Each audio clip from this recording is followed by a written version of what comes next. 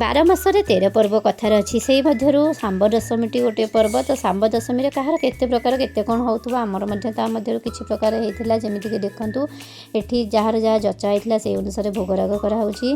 ता भितरे पिठापणार तो बहुत किछि पिठापणा थिला तापरे मिठा जलेबी तापरे नड़िया मुआ सबु प्रकार माने 7-8 प्रकार पिठा सबु प्रकार सूर्य देवता को एटा प्रथमतः भोरु भोरु दिया जाए टिके अंधारु दिया जाए आमे समस्ते पूजा करिया को ऊपर आसलु एठी हमर सकाळ पूजा सरी जाइए सकाळ पूजा पर सरी सारा समस्ते ए खाଇବା पिबार लगी पड़े देखो छुआ गुड़ाक सब